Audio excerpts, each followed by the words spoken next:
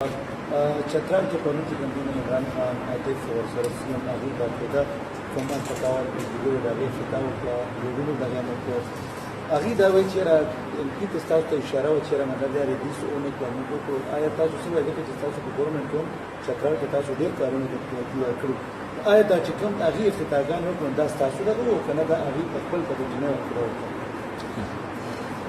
دا څنګه چې اول خو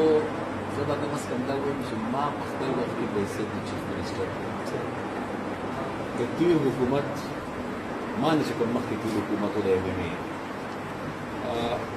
ما د هغه په یو منصوبې باندې خپل تختې نه لګولې البته هغه منصوبې د نیمګړې پاتې وي دغه د اخیری 2 کالو منصوبې نو دغه خپل فرض ضرور ګڼو چې هغه منصوبې په وخت مکمل شي او تاخیر ښکار نشي دلته خو مشکل دا دی چې لري بنوځو چترال خبرم زه کوم په دې مردان کې آیا نن د باچا خان میډیکل کالج منصوبه نیمګړې ده کومه د رینګ روډ منصوبه زموږ نن هم نیمګړې ده مردان دی ایچ کیو هاسپټل منصوبه نن هم زموږ نیمګړې ده آیا دا د حکومت ذمہواری نه جوړېدله چې دې منصوبو له په وخت باندې پیسې ورکړې وي چې نن دا منصوبې مکمل شوې او عام ولس ته د دې څخه خیر نه ورسېدل دویمه خبره زه دا کوم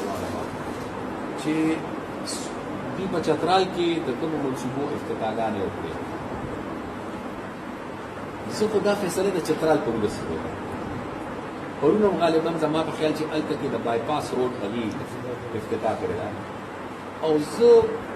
خیبر ټي وي ته تاسو ته ودارې کوم چې تاسو هلته کې ظاهره خبره دا ده چې ماشاءالله تاسو د پښتنو आवाज یې ماشاءالله تاسو د پښتنو مسائل د پښتنو ایشوز هغه هایلایټ کولو کې یو تاریخي کردار ادا کوي او ادا کړی دی زه به تاسو ته دا ریکویسټ وکړم چې لږ خپل هلته چې کوم ستاسو نماینده دی په چترال کې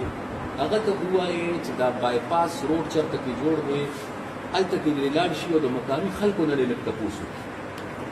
نه د زمان بني نه د عمران خان نه د پرویز خټک صاحب بني هغه مقامي خلکو نه لږ تپوس وکړي چې چا هلته کورونه دي چا دوکانونه دي چا روزګار دی عام ولس نه تپوس وکړي چې دا منصوبه چا کړې نو زما په خیال چې حقیقت به مخې ته راشي هغوی به حقیقت بیان کړي چې دا منصوبه چا کړې ده زما خپل حکومت ته به تش دومره خواست دی چې پکار دی چې مونږ د یو بل احترام وکړو او یو بل برداشت وکړو که زما د وخت منصوبې وي نو پکار دا دی چې موجوده حکومت دا تسلیم کړي چې زما د وخت او که د موجوده حکومت د وخت منصوبې وي نو پکار دا دی چې ما کې دومره اخلاقي جرأت چې زه هغه تسلیم کړم چې دا د موجوده